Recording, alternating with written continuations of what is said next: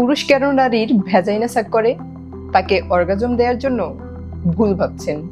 পুরুষ oral sex করে নারীর বহুগামিতা টেস্ট করার জন্য। আদিম যুগে একজন নারী অসংখ্য পুরুষের সাথে সেক্স করত, আর পুরুষ ওরাল সেক্সের মাধ্যমে অবচেতনে সেটা ধরে ফেলত। কিন্তু কিভাবে? আসলে পুরুষ ওরাল সেক্সের মাধ্যমে নারীর ভ্যাজাইনার পিএইচ লেভেল বা অ্যাসিড টেস্ট করে।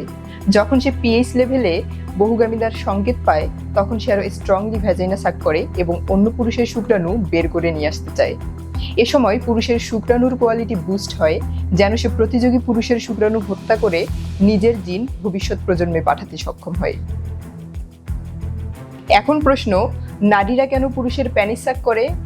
আসলে নারীরা পুরুষের প্যানিস সাক করে তার ডিএনএ ও ইমিউন সিস্টেম পরীক্ষা করার জন্য। পুরুষের শরীরের তরলের ভেতর তার ডিএনএ রিপোর্ট পাওয়া যায়।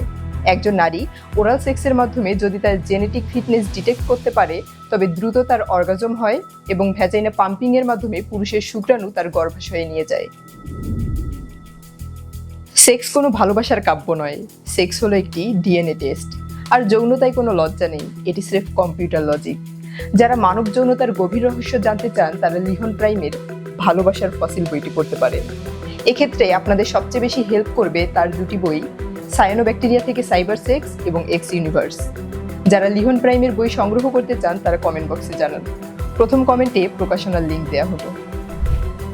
ভিডিওটি দেখার জন্য আপনাদের অসংখ্য ধন্যবাদ। সবাই লাইক, কমেন্ট এবং শেয়ারের মাধ্যমে আমাদের পাশে থাকবেন।